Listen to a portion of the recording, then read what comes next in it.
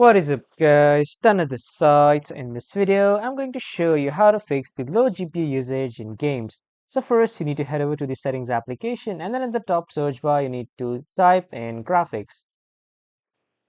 After typing graphics, you will open the graphics settings and from here you need to click on advanced graphics settings and you need to make sure that you have turned on the variable refresh rate, and if you have set any custom graphics settings for any application, make sure that it is up to date.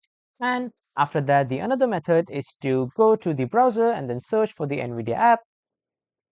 You can just open the NVIDIA app or the NVIDIA website and you can just simply log in with your NVIDIA account credentials. From here, you need to click on drivers and then you need to search for the processors that you have and install the drivers manually to make the graphic performance high. So these were the two ways that you can fix your low graphic usage in the games. That was all for this video, everyone. Thank you for watching.